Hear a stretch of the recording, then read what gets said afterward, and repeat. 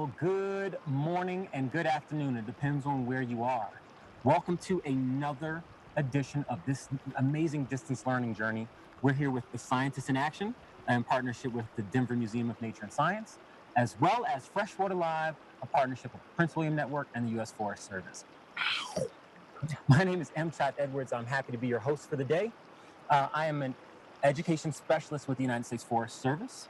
We have lots of other support. Remember, you are the real stars. You folks watching at home and in your classroom, you're the real stars. We hope that you're ready to have some fun, because in the education world, we like to think of fun as what you feel when you learn something new or applicable to your life. So be ready for that. We need your participation. We need you to speak up loud and clear when it's time to come to your classes. We've done a number of checks, so we know that you're out there and we're ready for you. When we are fully ready for you, we'll unmute you so we can hear you. Until then, please stay on mute. It's going to help everything to flow nice and smooth. All right? Let's see. I'll even give you heads up before you come, and we'll take some questions there. If you can't wait any longer and you want to get your question out immediately, pop it into the chat. That's always available to you. If you have any technical difficulties, pop that in the chat. We're happy to get to those as well.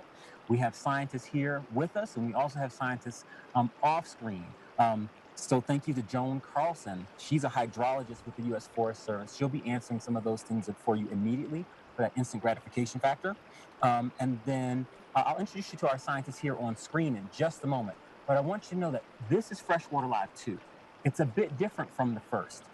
Without taking away too much of the story, I want you to know that we're still going to go from forest to faucet. That story still exists, but out here in the West, it's pretty different from out East. It's a lot drier here.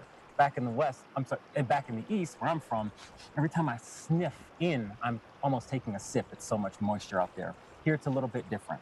The altitude here, we're in much higher land than back in DC or on the East Coast, where we were in the Catskills for our first episode. And I'll tell you something about this high land up here. I'm not going to spoil it all the way, but these mountains out west, they're actually big enough to make water fall from the sky. They actually create weather. That's kind of blowing my mind, because now that I know our mountains are just hills.